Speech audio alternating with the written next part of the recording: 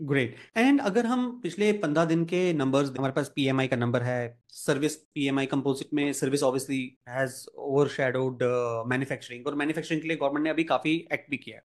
PMI numbers को हमारा जो जीडीपी ग्रोथ रेट 6.5 से 5.4 आया है, कहने की बात है कि 1% कम है। टेक्निकली ये 16% गिरा है अगर उस तरीके से देखा जाए। और अब जो परसों नंबर्स आए हैं वो है ट्रेड डेफिसिट, जो अब तक का काफी हैवी है।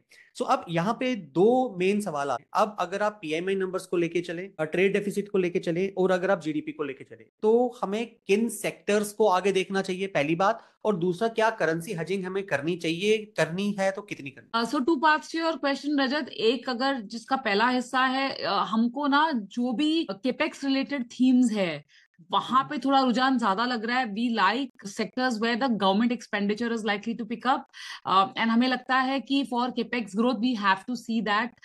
सो within banking and financial space सारे सेक्टर्स में अगर हमको कोई कैटेगरी चुनना है, सो बीएफएसआई जो बैंकिंग एंड फाइनेंशियल सेक्टर है, that is some sector that we prefer. Within that public sector banks में we will be more inclined towards. We like real estate sector.